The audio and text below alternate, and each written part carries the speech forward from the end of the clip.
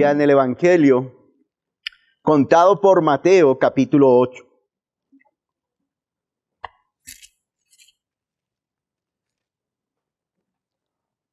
Y vamos a leer del versículo 23 al versículo 27. La palabra dice así: y entrando él en la barca, sus discípulos le siguieron.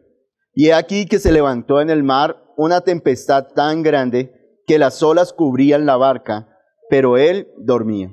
Y vinieron sus discípulos y le despertaron diciendo: Señor, sálvanos que perecemos. Él les dijo: ¿por qué teméis, hombres de poca fe? Entonces, levantándose, reprendió a los vientos y al mar, y se hizo grande bonanza. Y los hombres se maravillaron diciendo: ¿qué hombre es este que aun los vientos y el mar le obedecen? Amén. Vamos a orar para que esta respuesta a esta pregunta, para que la respuesta a esta pregunta que se hacen los hombres, nosotros cada día podamos encontrarla, para que nosotros sepamos quién es este hombre. Que aunque aquellos sus discípulos, los que lo seguían, lo vieron como un hombre más, que nosotros podamos verlo como más que un simple hombre.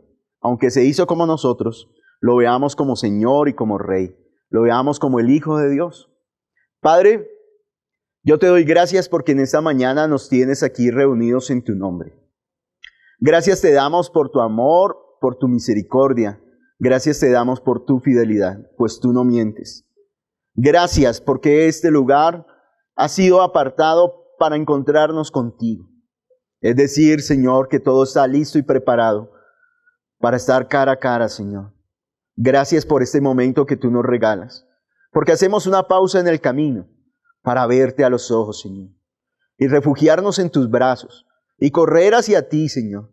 Gracias te damos porque tú te hiciste cercano a nuestras vidas, porque, Señor, tú bajaste desde el seno del Padre a caminar entre los hombres. Y hoy estás aquí, lo dice tu palabra. Donde está tu palabra, allí estás tú, Señor. Así que te pedimos que en esta mañana seas tú obrando, conforme a tu palabra y tu verdad, conforme a tu misericordia. Pues tu palabra es suficientemente poderosa para obrar, para crear, para regenerar, para alimentar, para sustentar, para edificar, también para quitar. Gracias, Señor, porque tú nos muestras tu amor, tu misericordia y tu fidelidad por todos los siglos. Gracias te damos, poderoso Jesús. En tu nombre hemos orado. Amén. Quiero que piense en un momento, ¿cuál es el lugar donde usted se siente más seguro? ¿Qué es lo que a usted lo hace estar más tranquilo? Que lo hace estar en paz y que usted se siente que nada le puede hacer daño. Para muchas personas, ese lugar seguro es su casa, ¿cierto? Y nosotros generalmente en el lugar donde vivimos, en nuestra casa, en nuestro hogar, reforzamos las puertas, reforzamos las ventanas con rejas, con candados, para que si alguien intenta ingresar para hacer daño, pues le sea muy difícil ingresar, y ese es el lugar que estamos seguros. Ese es el lugar donde nos sentimos completamente en paz, nuestra casa, nuestro hogar. Algunas personas su seguridad la tienen en el pensamiento, en el intelecto, algunas personas la tienen en el dinero, la tienen en su profesión, y ahí hacen todo lo posible por mantenerse en ese lugar porque eso les brinda seguridad. Y hoy vamos a ver aquí en esta porción de Mateo donde el Señor Jesús solamente menciona unas pocas palabras, pero nos va a enseñar mucho acerca del lugar que realmente está seguro. Porque todas nuestras vidas y toda la inteligencia, toda la sabiduría del hombre se vio afectada por un virus, se vio afectada por un rumor, por una noticia. Se vio afectada por algo que está afligiendo nuestro cuerpo. Y entonces ahí el hombre, toda su sabiduría, toda la ciencia, todo lo que planea para protegerse, se ve disminuido en un segundo. Y hoy el Señor nos va a dar una promesa, nos está dando una promesa. ¿Y cuál es esa promesa? Dice aquí que Él está con nosotros. Dice que en su presencia vamos a tener paz y seguridad. En el Evangelio de Mateo, desde el capítulo 7, encontramos a Jesús en la montaña, allá arriba dando un sermón. Lo encontramos allá enseñándole a sus discípulos y a aquellos que querían seguirlo, aquellos que querían aprender de él. Y luego Jesús baja de la montaña y se encuentra en medio de la multitud. Y eso es lo que nos muestra el Evangelio, que el Hijo de Dios estaba en el seno del Padre, pero no le importó el ser igual a Dios como cosa a que aferrarse, a que agarrarse, sino que se despojó, se quitó y dice que habitó entre nosotros y vimos su gloria, gloria como del unigénito del Padre, lleno de gracia y de verdad. Como nosotros estamos imposibilitados para llegar hasta su presencia, teníamos muchas cosas que no nos dejaban llegar, y la principal barrera que nos impedía acercarnos completa y absolutamente a Dios en cuerpo, alma y espíritu era el pecado. Jesús vino a nosotros. El Verbo se hizo carne y Él se hizo cercano a nosotros. Y cuando Jesús baja de esta montaña, entonces comienza a manifestar su poder. La palabra que da comienza a manifestarse y se hizo tan cercano que aquel hombre que era leproso, que era desechado, que era excluido de la sociedad, de la familia, excluido del templo, que andaba allá lejos, pues tuvo la oportunidad de acercarse al santo Dios en la tierra. Tuvo la oportunidad de acercarse al santo. Se acercó. ¿Y sabe qué hizo Jesús cuando Él se acercó? No le hizo el feo, no le dio la espalda, sino que extendió su mano y lo tocó. Y eso es lo que el Señor quiere que hoy usted y yo hagamos en esta mañana. ¿Qué nos impide acercarnos a Dios si Él ya se acercó a nosotros? Tal vez usted piense es que soy muy enfermo, es que soy muy pecador, es que tengo muchos problemas, es que soy muy malo. Pero ¿sabe quién lo está esperando para tocarlo? Para abrazarlo, para mostrarle su amor y su misericordia. Jesús. Jesús está aquí. Y esta es la oportunidad precisa y perfecta para que usted y yo nos acerquemos al Rey eterno. Que la iglesia, que este lugar, que la persona que está sentada a su lado, que sus pensamientos no le impidan acercarse al Señor en esta mañana. No le impida verlo a la cara y decirle, Señor, ¿quieres? Soy sucio, estoy cochino, estoy enfermo, soy inmundo, pero ¿quieres tocarme? ¿Y cuál va a ser la respuesta del Señor? Quiero, sé limpio. Con su mano lo va a tocar, lo va a restaurar y con su palabra lo va a limpiar, lo va a levantar, lo va a sustentar. Así que hoy sea esa oportunidad. Y también vemos a Jesús entre la gente de tal manera que un hombre el siervo, viene a pedirle por su siervo y Jesús quiere ir a su casa y él le dice, no vaya a mi casa. Yo tengo autoridad, pero usted tiene más autoridad que yo, Jesús. Diga la palabra, usted dice la palabra e inmediatamente va a ocurrir lo que usted diga porque usted tiene autoridad, Jesús. Y Jesús dice, no he hallado en Jerusalén tanta fe como en este hombre. Y dice que Jesús dio la palabra y ese hombre se fue a su casa y su criado que estaba gravemente enfermo fue sanado. Miren que cuando Jesús está en medio de nosotros, no es como si estuviera cualquier hombre.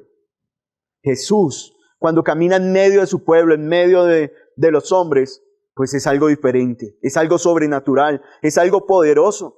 Por eso caminar de la mano con Jesús siempre nos va a maravillar. Yo no sé si usted se maravilla hoy en día, los jóvenes que están creciendo con tanta tecnología, ellos casi no se maravillan, porque cualquier cosa lo preguntan por Google y allí investigan y ven y los efectos especiales de las películas. Si usted compara una película de hoy con una película de mi época, usted dice, yo me asustaba por eso.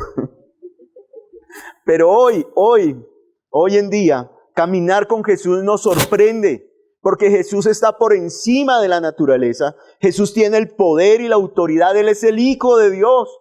Está por encima de nuestros pensamientos. Cuando usted dice, yo no puedo, Jesús manifiesta su poder, se levanta. Y eso es lo que nos está describiendo aquí este pasaje.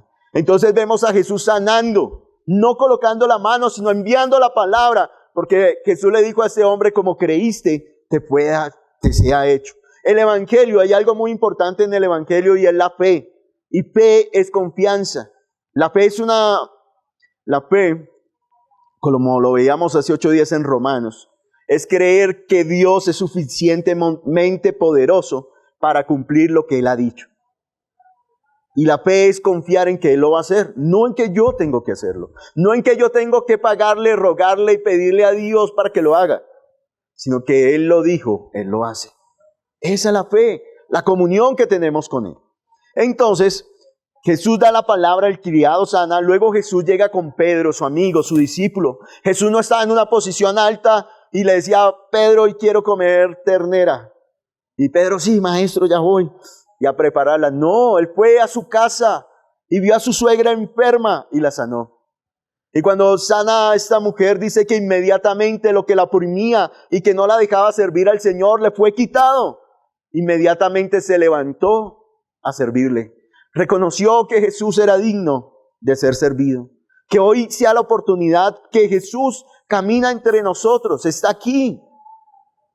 El Señor Jesús, el Hijo de Dios, y Él, que nosotros nos levantemos hoy a servirle. Y dice que cuando llegó la noche, una gran multitud llegó de enfermos, con dolores, con demonios. ¿Y sabe qué hizo Jesús? Estoy cansado. Los atendió a todos. Y dice que con la palabra los sanó, los liberó. Es la palabra. ¿Cómo sabemos que Jesús está entre nosotros? Por sus palabras. Por sus palabras. Esta es la palabra que nos guía y nos lleva a la verdad. Sus palabras. Es que yo no puedo confiar en alguien con quien no he hablado. ¿O sí? ¿Usted puede hablar, confiar en alguien? ¿Confiarle? Miren, si hay algo valioso que tenemos nosotros como padres son a nuestros hijos. Pero ¿dónde están sus hijos en este momento? ¿Por qué no están aquí? Porque están allí en la iglesia infantil. ¿Por qué nos dieron esa confianza de llevarlos hasta allá? Y que allá ustedes están creyendo que allá reciben la palabra de verdad. ¿Cierto? Han confiado, han hablado con nosotros. Hemos tenido cercanía. Hemos tenido contacto. Y entonces ustedes dicen, sí, yo quiero que mis hijos también aprendan allá a conocer al Dios vivo y verdadero, a que experimenten la vida de fe. Entonces es necesario para que nuestra fe crezca, hablar con Él. ¿Y cómo nos habla Dios? A través de su palabra. ¿Usted quiere que Dios le hable audiblemente? Levanten la mano a los que quieren que Dios les hable audiblemente. ¿Saben qué tienen que hacer? Lean la Biblia en voz alta. Y van a escuchar la voz de Dios. Van a escucharla.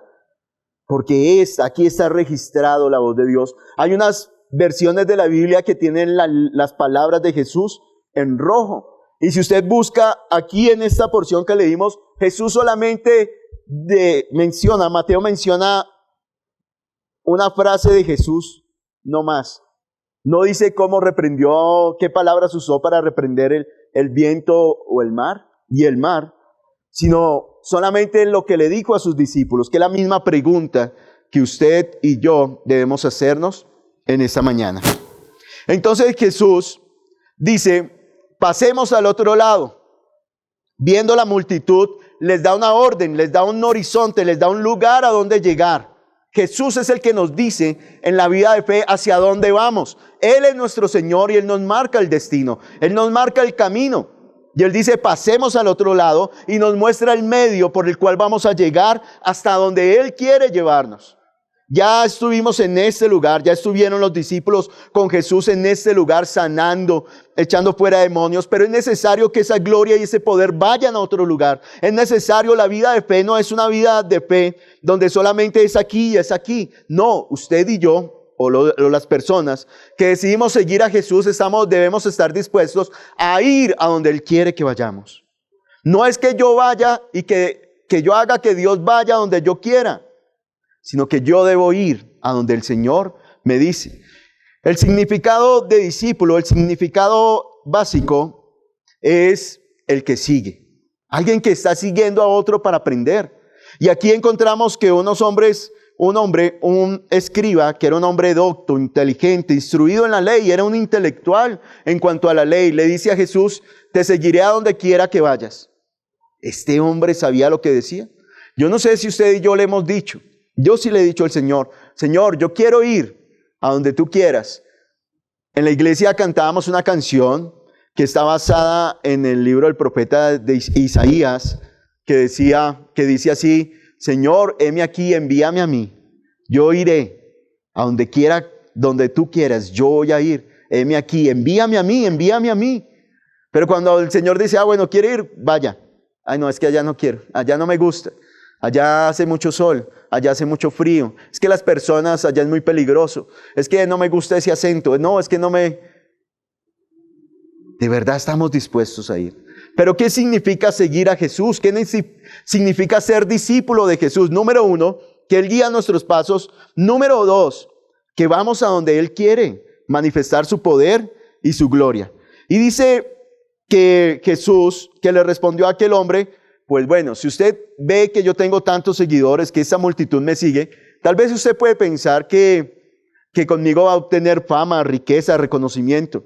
Pero déjeme decirle que las aves tienen nido y las zorras tienen su guarida donde esconderse, pero el Hijo del Hombre no tiene donde recostar la cabeza. Si usted me quiere seguir para obtener cosas en esta tierra, riqueza y reconocimiento, se está equivocando. No, esa no es la manera por la cual, o la razón por la cual debe seguirme. Y entonces otro hombre le dice, Señor, déjeme que entierre a mi padre y cuando lo entierre, lo voy a seguir. Jesús le dijo, ¿usted quiere seguirme? Sígame ya. No coloque excusas para seguirme. Si quiere seguirme, hágalo ya, porque tal vez mañana ya no quiere. Y entonces llega aquí que Jesús, después de hablar con estos dos hombres, entra a la barca. Y los discípulos, los que siguen a Jesús, subieron. Todos los que querían seguir a Jesús subieron a la barca. El medio que estaba ahí para cruzar al otro lado. Dejaron un lugar firme como es la tierra para adentrarse en el mar. Podríamos pensar, o yo pensé, mientras que leía esto y por el contexto, que era de noche cuando subieron a la barca. Que era de noche. Pero puede ser que ya estaba amaneciendo. Y dice que mientras subieron a la barca y emprendieron el viaje, pasó algo con Jesús. Y es que Jesús se durmió. Y a veces en la vida de fe pensamos, es que Jesús pues es hijo de Dios y Él tenía toda la ayuda del Padre y por eso no pecó. Es que a Jesús le quedó fácil. Porque Él no, pues ante una tentación Él decía, Padre, me estaba molestando el diablo. Y entonces el Padre llegaba y tome, lo sacaba a un lado.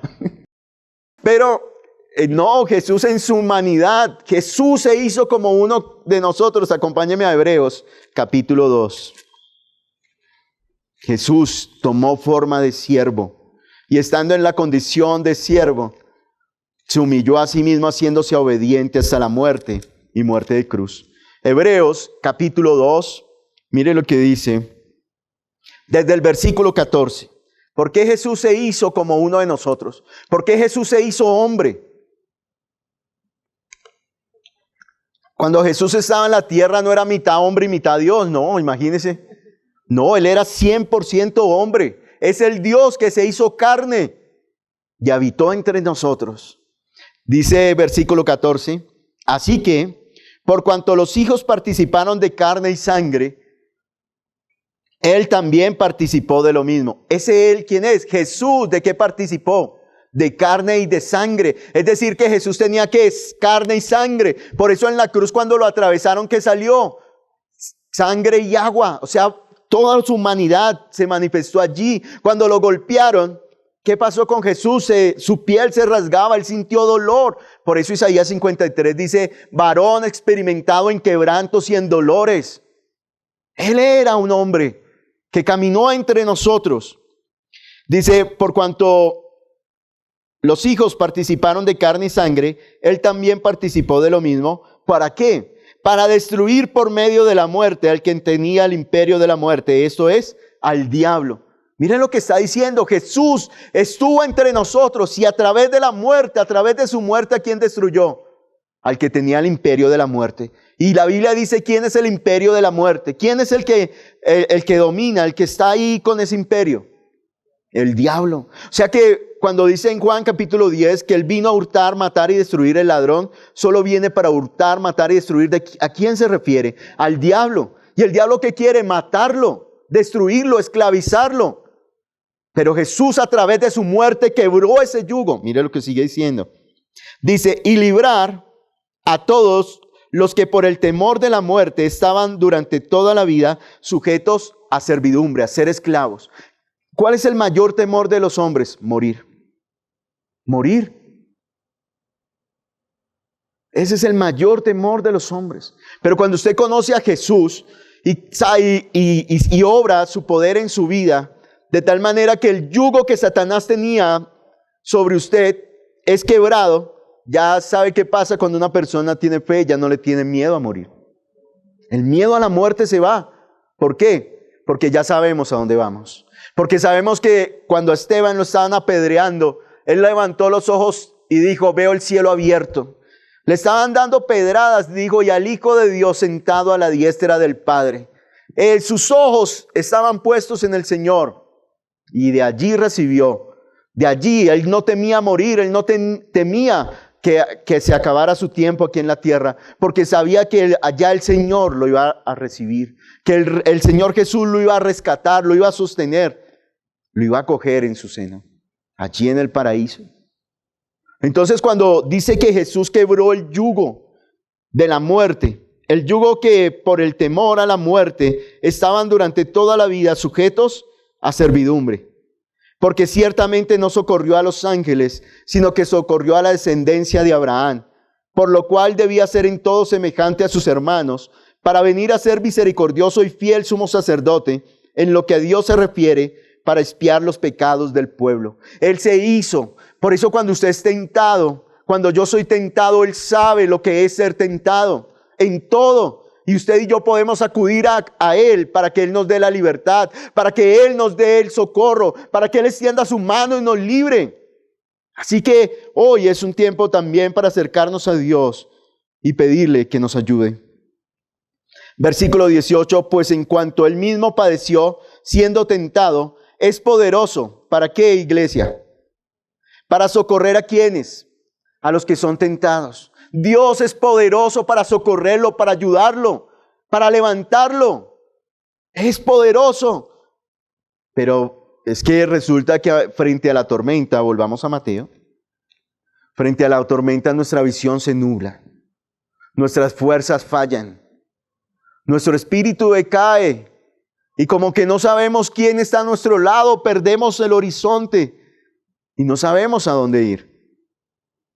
Y dice aquí que cuando iban en la tormenta, versículo 24, y he aquí se levantó. Ese he aquí significa que fue de repente, porque un hombre, los discípulos eran hombres expertos en la navegación, eran hombres expertos en la pesca, pescaban de noche, a la madrugada, iban y realizaban su labor, ese era su sustento de la mayoría. Y como el lago de Galilea no era un mar sino el lago, pero el lago, allí se levantan tormentas por las corrientes frías y el agua caliente. Entonces dice que de un momento a otro se levantó no solamente una tormenta, sino una gran tormenta. Yo no sé si ustedes han estado en el mar el mar cuando comienza a llover, ¿cómo se pone el mar? El mar comienza a picarse, le dicen ellos. Es decir, que comienza a subir las olas, comienza a ponerse más fuerte. Y sí, ayer he escuchado una noticia que un volcán que estaba allá en el océano se movió y entonces hizo que se levantara un tsunami. Olas de 5 metros, olas de 6 metros. Si nomás cuando uno ve el mar y la inmensidad del mar lo asombra a uno, ahora imagínese que venga una ola grande, una ola de más de 2 metros. ¿Usted cómo se siente frente a esa ola? Y no solo eso, sino que ellos iban en la barca y era tan fuerte la tormenta, era tan fuerte que ellos intentaron defenderse, hicieron todo lo posible en su conocimiento para evitar esa tormenta, para salir a salvo. Pero acompáñame al Salmo 107. Mire lo que escribe el Salmo 107. Todo el Salmo está hablando acerca de confiar en el Señor, confiar en Él, clamar, acudir a Él, y entonces son librados. Versículo 23. Los que descienden al mar en naves y hacen negocios en las muchas aguas, ellos han visto las obras de Jehová y sus maravillas en las profundidades, porque habló e hizo levantar un viento tempestuoso que encrespa sus ondas. Suben a los cielos y descienden a los abismos. Sus almas se derriten con el mar, con el mal. Mire cómo está describiendo el salmista. Cuando van en esa barca, ¿qué sucede? Pues que la ola lo levanta el barco, pero llega un momento en que la ola baja y el barco ¿cómo va? Va como en el aire y ahí ¿qué hace uno? ¿Usted qué haría? O sea, dice que ¿qué pasa con el alma de estos hombres que son experimentados en los negocios, en el mar? No son hombres neófitos, ni hombres que no tengan experiencia, sino que son hombres que experimentados, y dice, sus almas se derriten con el mal. Tiemblan y titubean como ebrios, y toda su ciencia es inútil. Entonces claman a Jehová en su angustia y los libra de sus aflicciones. Cambia la tempestad en sosiego y se apaciguan sus ondas. Luego se alegran porque se apaciguaron y así los guía al puerto que deseaban. Alaben la misericordia de Jehová y sus maravillas para con los hijos de los hombres. Miren lo que hacen. En medio de esta tempestad, ¿qué podían hacer? Su ciencia, su habilidad, su conocimiento frente a la tormenta ¿les pudo ayudar? Y al final, ¿qué hicieron? Se rindieron. Y al rendirse, ¿qué? Clamaron al Señor. ¿Y qué hizo el Señor? Respondió. ¿Cómo? Trayendo paz y trayendo tranquilidad, reprendiendo al viento y reprendiendo a las olas del mar. Volvamos a Mateo.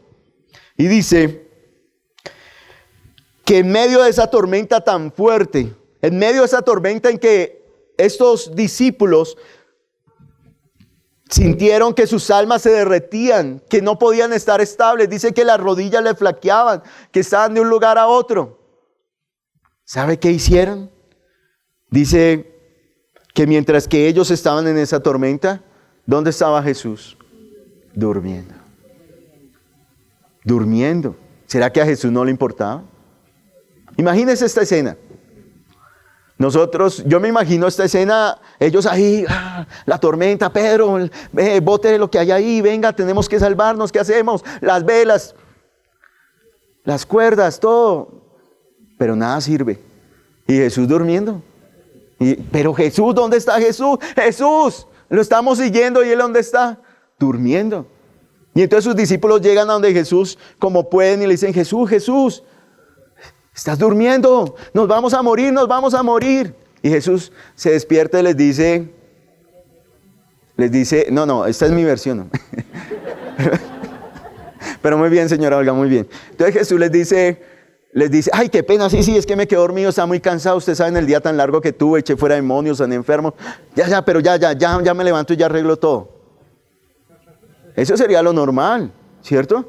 Si uno está durmiendo y llega su hijo o una persona y le dice, ayúdeme, uno lo escucha gritar, uno se levanta y uno dice, ¿qué pasó? ¿Cómo ayudo? O también a veces, ¿pero por qué me molesta? Se puede despertar de esa manera. Pero aquí Jesús se levanta y a Jesús le molestó que lo hubieran buscado, que lo hubieran despertado. Hay algunas personas que piensan que a Jesús le molesta que lo busquen en los momentos de angustia. Pues Jesús estaba descansando. No, a Jesús no le molesta. El Salmo está diciendo y la Biblia nos habla que aquel que está en angustia y reconoce su debilidad, pues busca al que es más fuerte para que lo ayude. Busca al que es más poderoso para que lo socorra. Busca al que es más grande para que lo levante. Así como la tempestad se levantó, pues Jesús también se levantó. Y mostró que aunque era un hombre, físicamente era un hombre, su autoridad y poder estaba por encima de las olas. Estaba por encima de los vientos. Él es el Señor, el Dios. Y su palabra está por encima de todo esto. Jesús se levantó. Pero cuando le dice, miren lo que le dice a sus discípulos. Dice, entonces, él les dijo, ¿por qué teméis, hombres de poca fe? Jesús no se molesta porque lo busquen. Al contrario, Él se hizo cercano para que vayamos y corramos a Él. Nos aferremos al que todo lo puede. ¿Qué es lo que le molesta a Jesús? ¿Por qué aquí les reprende a sus discípulos? ¿Qué era lo que tenían? Poca fe. Es decir, que ante la tormenta, ante estas olas, ¿qué pasó con el hombre? ¿Qué pasó con estos hombres? Ya dejaron de llamarse discípulos y Mateo comienza a describirlos como hombres. Ya no era ya el ánimo de seguir a Jesús, porque aquel hombre que le dijo, Jesús te seguirá donde quiera que vayas. Ah, bueno, vamos al mar. Y se va a enfrentar a la muerte. Ay, no. No, es que con Jesús yo quiero que todo sea tranquilo, todo sea estable. Es que cuando yo conozco a Dios todo va a ser paz y tranquilidad, todo se va a arreglar, todo va a ser felicidad. Y cantemos, cojámonos de la mano y todos cantemos juntos. A veces tenemos esa idea del Evangelio. Y sí, en el Evangelio hay gozo, hay paz, hay esperanza, hay alegría, hay plenitud. Pero es necesaria las tormentas. ¿Para qué? Porque en medio de la tormenta va a revelar lo profundo del corazón, va a revelar la fe. Va a revelar cuánta fe usted y yo tenemos. Va a revelar lo que dice aquí. Hombres de poca fe ante la tormenta. La tormenta va a hacer que se vea el nivel de fe que tenemos. Y eso nos lleva también a entender que la fe no es algo mágico. Que dice la palabra que la fe viene por el oír. Y el oír la palabra de Dios. Y el oír por la palabra de Dios. Es decir, que entre más usted y yo tengamos esa relación con Dios, pues nuestra fe va a ser firme, estable. Pero si usted y yo no leemos la palabra, pero yo digo, yo creo en Dios, pero yo no leo la Biblia, ¿en cuál Dios estoy creyendo? Número uno. Pues ese Dios se va a ver probado ante la tormenta. Y si yo no leo la palabra, pues la idea que yo tenga de Dios, pues ese va a ser mi Dios. Y va a ser tal vez muy diferente a lo que dice la palabra. Y entonces ese Dios no va a poder con una tormenta. No va a poder librarnos, no va a poder ayudarnos. Pero cuando usted y yo escuchamos la palabra, lo escuchamos y confiamos en Dios y en sus palabras, pues acudimos a Él y Él se va a levantar por encima de las tormentas. Entonces la fe, la prueba, la tormenta es necesaria ¿para qué? Para ver cuánta confianza tenemos en Jesús. Yo no sé usted qué prueba tenga, qué circunstancia difícil esté pasando, no sé qué está atravesando su vida. Pero lo que sí sé es que en este momento se está revelando su fe. Se está revelando cuánta confianza tiene en Dios. El virus que anda por ahí rondando, que cada cierta cantidad de tiempo cambia sus características y cómo afecta al ser humano. Tiene atemorizada a la gente, la tiene escondida, la tiene allá muerta de miedo. Pero la iglesia, nosotros que confiamos en el Señor, tenemos algo más grande y es su palabra. Tenemos un Dios al cual clamar y pedirle. Eso quiere decir que no guardemos las normas de bioseguridad. No, el apóstol Pablo le escribe a la iglesia en Tesalónica y le dice, miren, aunque estemos separados en cuerpo, pero unidos en amor. Cada vez más cerca en amor. Que esto, el tapabocas, el gel que nos aplicamos en las manos, que eso no nos impida amar a nuestro hermano. Y que no lo veamos examinándolo a ver si viene bien, si tiene síntomas, a ver si nos va a contagiar. ¿Sí?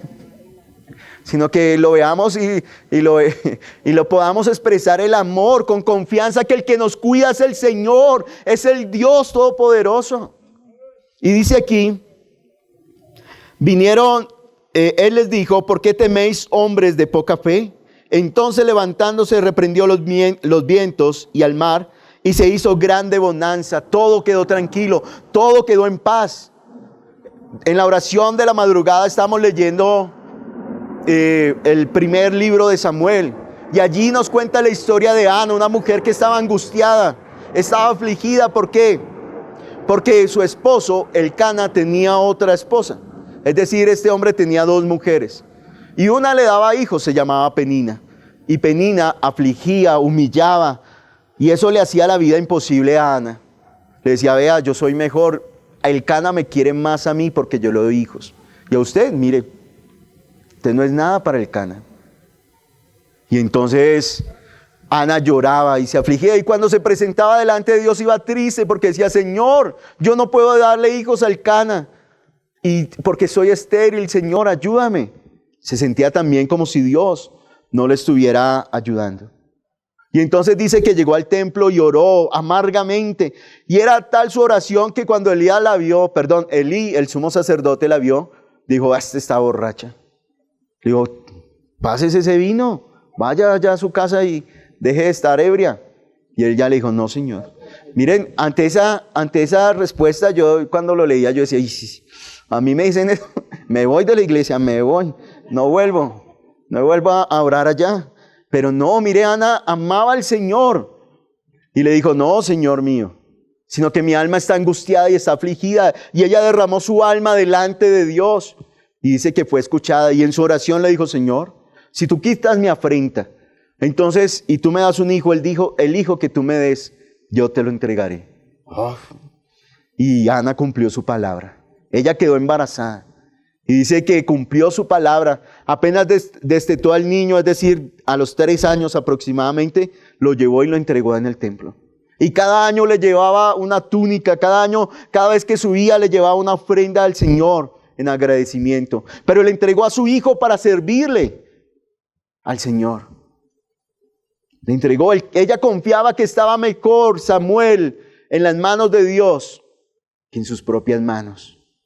¿Dónde debemos nosotros tener a nuestros hijos? Sirviéndole al Señor. Es el mejor lugar que usted y yo podemos darle a nuestros hijos, enseñarles desde pequeños.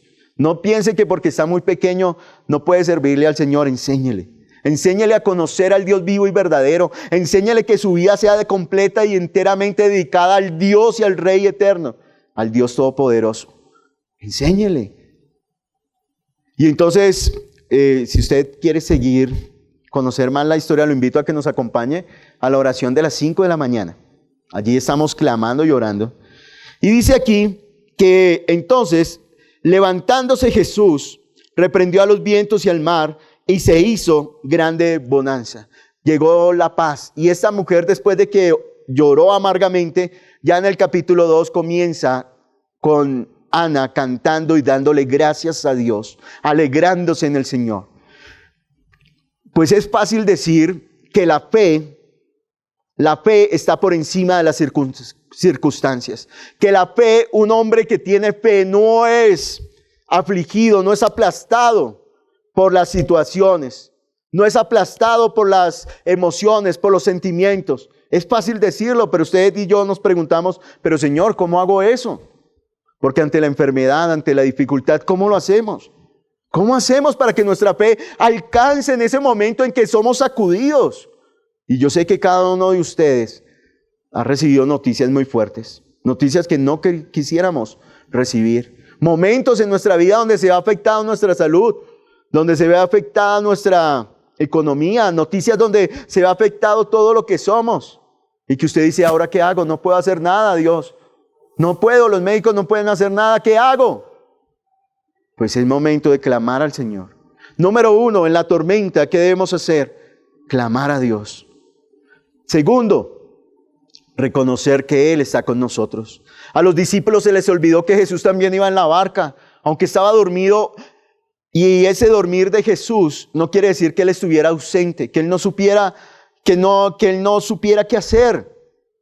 A veces hay una canción que dice, levántate Señor, y huya delante de ti tus enemigos. Cuando yo pensaba en esta canción y la cantaba, yo decía, pero uno, ¿por qué va? O sea, como si el Señor estuviera acostado y uno le dijera, Señor, levántate, levántate, levántate. Como diciéndole, bueno, ¿qué vamos a hacer, Señor? Yo pensaba eso y yo decía, pero a veces es muy atrevido de nosotros. Despiértate, Señor, como si Él estuviera ausente, dormido. Pero aquí está diciendo que Jesús está dormido, pero no ausente. Es que lo que le están diciendo los discípulos a Jesús es que en medio de la tormenta le están diciendo, Señor, es que no te importa que nos vayamos a morir. Jesús, pero usted ¿cómo hace para...? Pues usted es hijo de Dios, usted es el poderoso, pero yo me voy a morir. Señor, ¿por qué no me escuchas? ¿Por qué no me ayudas? Señor, ¿por qué no me extiendes tu mano en la aflicción y me levantas? Podemos decirle eso al Señor en medio de la tormenta. Pero el hecho de que Jesús esté dormido no significa que no tenga cuidado de nosotros, sino que Él está allí y Él confía en el Padre. Y si el Padre cuida a su Hijo, pues va a cuidar a los que lo siguen. Cuando los discípulos llegan a donde está Jesús y le dicen, no sé ellos qué esperaban que Jesús hiciera. Tal vez que Jesús se levantara y comenzara a orar con ellos. Señor, ayúdanos, Señor, quita esta tormenta.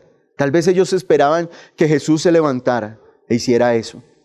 Pero ¿qué hizo Jesús? Reprendió, le dio una orden con autoridad al viento y al mar y se calmó. Le dio una orden con autoridad. ¿Y qué pasó? Hubo bonanza.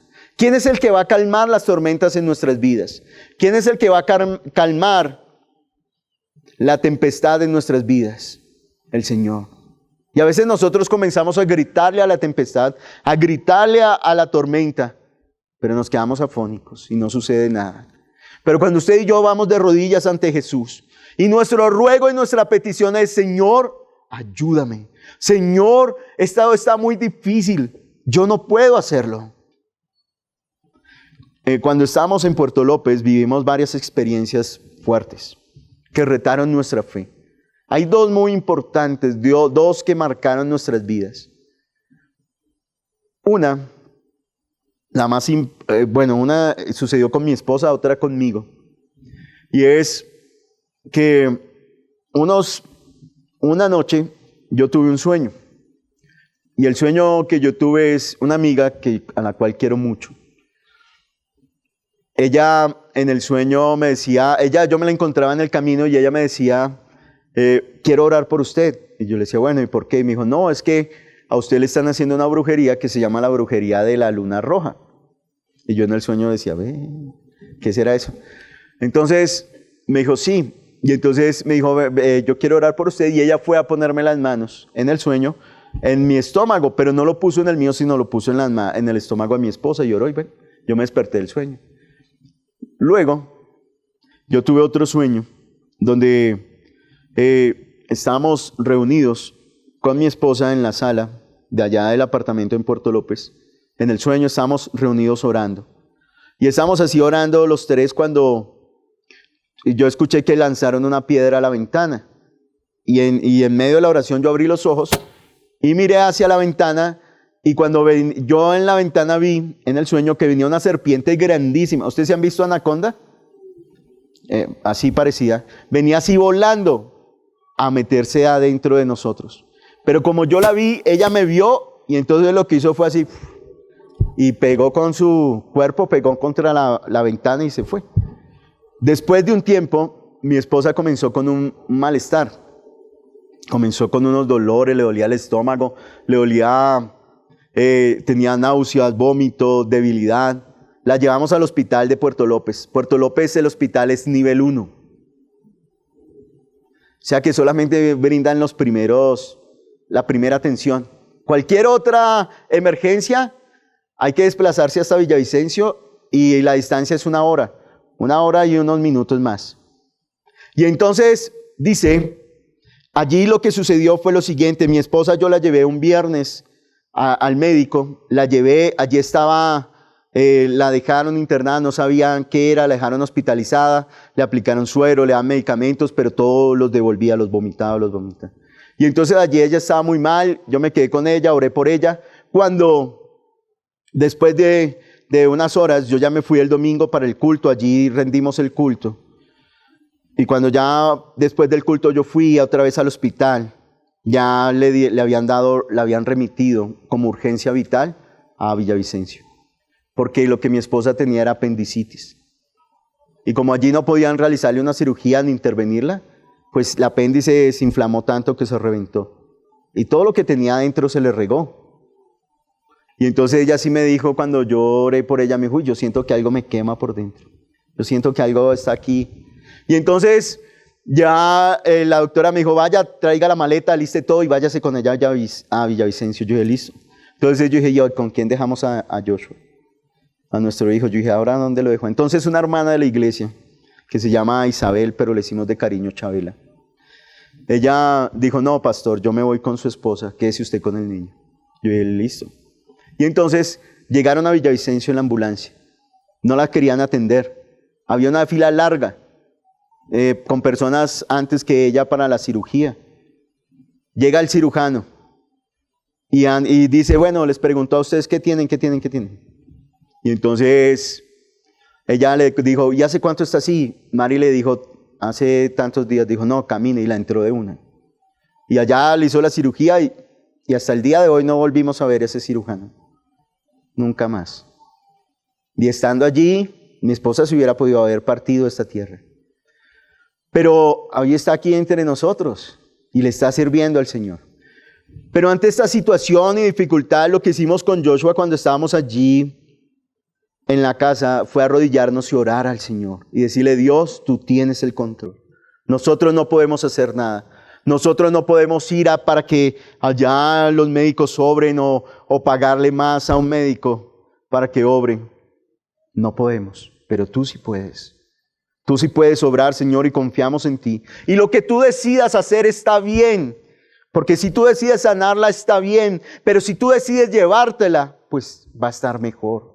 Esa es nuestra fe. Nuestra fe es que en esta tierra estamos con Dios, pero si partimos de este lugar hacia la eternidad, vamos a estar mejor, porque vamos a estar entre sus brazos, vamos a estar con Él. Entonces, en medio de la tormenta, en medio de la prueba, en medio de la dificultad, podemos esperar y confiar que Dios tiene el control. A Dios no se le sale nada de control, a Él no se le escapa, a Él no lo sorprende nada. Él tiene todo bajo control, todo. Y sucedió tal cual como Dios me había mostrado en ese sueño. El diablo no pudo acabar con su vida, porque había alguien más fuerte, más grande, más poderoso, que está cuidando nuestras vidas. No se le olvide eso. En medio de la tormenta, en medio de la dificultad, nosotros debemos recordar que el Señor va con nosotros. No se le olvide que Él camina, Él prometió ir de su mano, ir tomado de la mano. Jesús dijo: he aquí, yo estoy con vosotros todos los días hasta el fin del mundo. ¿Qué podemos nosotros concluir en esta mañana? Dice, entonces levantándose reprendió a los vientos y al mar, y se hizo grande bonanza. Y los hombres se maravillaron diciendo: ¿qué hombre es este que aún los vientos y el mar le obedecen? La naturaleza obedece la palabra de Jesús, obedece ante la palabra de Jesús. Usted y yo somos parte de esa naturaleza. ¿Estamos obedeciendo al Señor? Estamos obedeciendo cuando estamos viendo la palabra de Dios como mandamiento, la palabra de Jesús como superior a nuestro pensamiento y a nuestro parecer. ¿Lo estamos viendo? Cuando Jesús habla, ¿estamos obedeciendo? Cuando usted y yo vayamos delante del Señor, ¿cómo sabemos si nuestra fe es grande o es poca? Pues ante la tormenta y la dificultad, cuando usted va y ora, cuando usted va y clama al Señor, usted se levanta de ahí confiando en que Dios tiene el control. Que usted no sabe cómo ni cuándo, pero sabe que Él sí está. Y que todo se hará cuando Él lo quiera. Que todo ocurrirá cuando Él lo diga y como Él lo diga. Y que nuestra única esperanza es confiar en Él completa y absolutamente.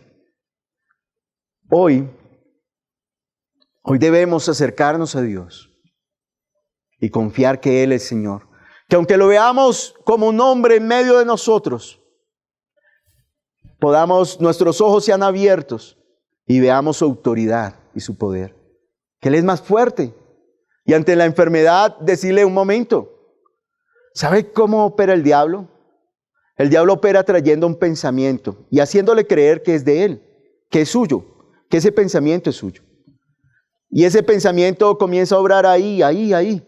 De tal manera que usted le dé cabida y se angustie y se afane tanto que piense que Dios lo soltó, que Dios lo dejó a un lado, que Dios ya no lo quiere, que Dios no lo va a recibir.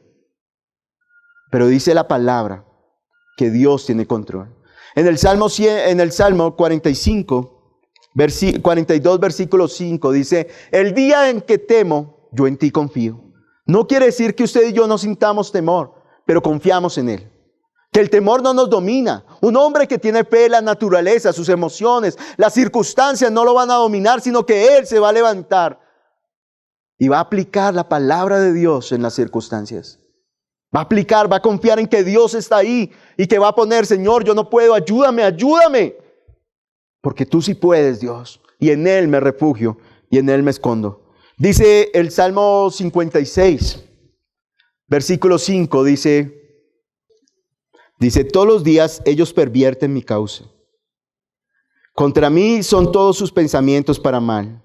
Se reúnen, se esconden, miran atentamente mis pasos, como quienes acechan mi alma.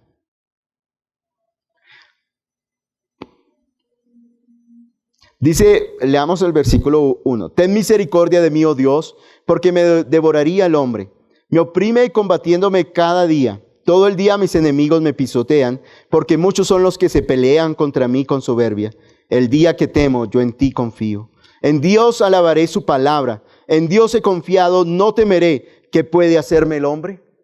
Mire lo que está diciendo el salmista. En Dios he confiado, no temeré, no temeré. El miedo no se apoderará de mi alma, el miedo no se apoderará de mi cuerpo, no me dominará, sino lo que me mantendrá firme y estable, ¿quién es? El Señor. Su palabra, en Él confié, no he de temer. No importa que la ola sea grande y que usted no pueda. No importa que usted vaya en una canoa y se levante una tormenta gigantesca, pero el que va con usted es más grande que esa tormenta. La invitación que nos está haciendo Jesús es a que aquí en Mateo capítulo 8, es a que veamos quién es este hombre y que esa pregunta quede resuelta en nuestras vidas. Tal vez pasaremos toda la eternidad respondiendo quién es Él. Pero de algo tenemos y estamos seguros, de algo estamos seguros, es que Él es más fuerte y más grande que la tormenta. Él es más fuerte, Él es más poderoso. Si la tormenta se levanta, pues con nosotros está el poderoso gigante. El rey David dice, en Dios está puesta mi confianza. ¿Cómo decís a mi alma que escape cual ave? Dice el Salmo, dice que David le dice a su alma, eso es lo que dice el Salmo 45, le dice, ¿por qué te abates, oh alma mía? ¿Por qué te turbas dentro de mí? Espera en Dios porque aún he de alabarle. En medio de la tormenta algo que usted y yo podemos hacer es lo siguiente. Llevar ese pensamiento cautivo a la obediencia en Cristo. Colocar esa tormenta enfrente del Dios Todopoderoso. ¿Y qué va a pasar con la tormenta? Se va a apaciguar. Pero ¿qué debemos hacer nosotros? Usted debe hablarle. David le hablaba a su alma y le decía, bueno alma, ¿por qué se abate? Hay un ejército que me quiere combatir. Hay unos enemigos que me quieren destruir, pero ¿por qué tiene miedo? ¿Acaso es que no confía en Dios? David le hablaba a su alma, le hablaba a sus emociones y le decía, espera en Dios, espera en Dios. En medio de la tormenta esperamos que la palabra de Dios obre. Este es nuestro sustento, este es nuestro sustento. Y lo que Jesús le dijo a sus discípulos, ¿por qué teméis, hombres de poca fe? ¿Por qué tienen miedo? ¿Por qué están angustiados? ¿Por qué están desesperados? Es que yo no estoy con ustedes. Se les olvidó que yo voy también en la barca. Se les olvidó quién soy yo. Se les olvidó cómo limpiar leprosos. Se les olvidó cómo sanear al siervo del centurión. Se les olvidó cómo la fiebre huyó de la suegra de Pedro. Se les olvidó a esa multitud que vino hambrienta, sedienta, enferma, cautiva, y yo los hice libres. Se les olvidó todo lo que les he hecho. ¿Cómo he actuado en medio de ustedes? Pues es momento de recordar que el que está con nosotros es más grande que una tormenta. Es más grande que el problema más difícil y que la enfermedad más fuerte que pueda llegar a su vida. Él es más fuerte, Él es poderoso y Él es Señor. En esta porción vemos cómo actuaron los hombres que tenían poca fe. Ahora, ¿cómo actuaría un hombre que tiene fe? Pues como colocando su confianza en Dios, acudiendo al Señor y diciéndole, Señor, tú tienes el control, ¿qué hacemos? No reclamándole, Dios, nos olvidaste, nos vas a dejar morir, sino, Señor, aquí estoy. Yo no puedo con esto, pero tú sí. Oremos. Padre, tu palabra nos ha mostrado que Jesús se hizo como uno de nosotros. Habitó en medio de este pueblo, Señor. Habitó en medio de los hombres y caminó entre nosotros. Y nos mostró su gloria, su poder. Nos mostró la autoridad de la palabra. Y en esta mañana, Señor, nos has permitido conocer y ver y experimentar esa palabra. Si hiciéramos memoria de todas las veces que tú te has levantado y has mostrado tu gloria y tu poder, Señor, hoy caeríamos de rodillas dándote gracias, alabando tu nombre, exaltándote, Señor. Padre, en esta mañana, Señor, cuando estamos reunidos delante de ti y sabemos que hay personas que tienen unas pruebas grandes, difíciles, unas pruebas fuertes, unas pruebas que están sacudiendo su vida y los dejan sin sustento, los dejan sin piso, una circunstancia que no esperaban, algo que llegó de repente. Pero hay algo que permanece siempre: la tormenta pasará, el viento se dejará de soplar y el mar se aquietará, y tú permanecerás siempre. En tormenta y en calma tú estás con nosotros. Tu palabra nos da aliento, tu palabra nos da esperanza. Padre, hoy corremos hacia ti, porque no, Señor, tu fe nos hace pensar. La palabra es la que produce la confianza en ti. Y confiados en ti nos enfrentamos ante la tormenta. Confiados en ti nos enfrentamos ante la situación difícil, diciéndole que aquel Dios eterno y poderoso no nos abandonará, que esta tormenta no acabará con nosotros, que la palabra poderosa del Señor puede y es más grande que la tormenta, que el que está con nosotros es poderoso gigante para aplastar y quitar, para traer libertad a nuestras vidas. Padre, que nuestra vida hoy descanse en ti, que nuestra vida hoy repose en tus palabras y en tus promesas, que nuestra vida esté constantemente delante de ti. Clamamos a ti en esta mañana, clamamos a ti, oh Dios. Quita todo pensamiento, llevamos todo pensamiento de angustia, todo pensamiento, Señor, todo pensamiento de incredulidad, todo pensamiento, Señor, de debilidad en obediencia a la palabra de Jesús. Todo pensamiento que quiere dominar nuestra alma, que quiere dominar nuestro corazón, que quiere hacernos creer y tapar nuestros ojos y decir que el Señor nos olvidó. Hoy lo llevamos a la obediencia, porque es tu palabra que nos dice que en ti confiamos. Es tu palabra que nos dice que tú vas con nosotros. Ese pensamiento lo llevamos a la obediencia de que tú no mientes, de que tu palabra permanece para siempre, Señor. Ayúdanos a esperar que la iglesia se levante como aquella iglesia sin miedo, como aquella iglesia que se para firme ante la tormenta, sabiendo que el que está con ella es más fuerte y es más poderoso. Aquella que puede levantar sus manos y orar porque él está enfermo, que puede levantar sus manos y dar la palabra que trae sanidad y que trae paz y que trae gozo. Aquella palabra que es poderosa y es eterna.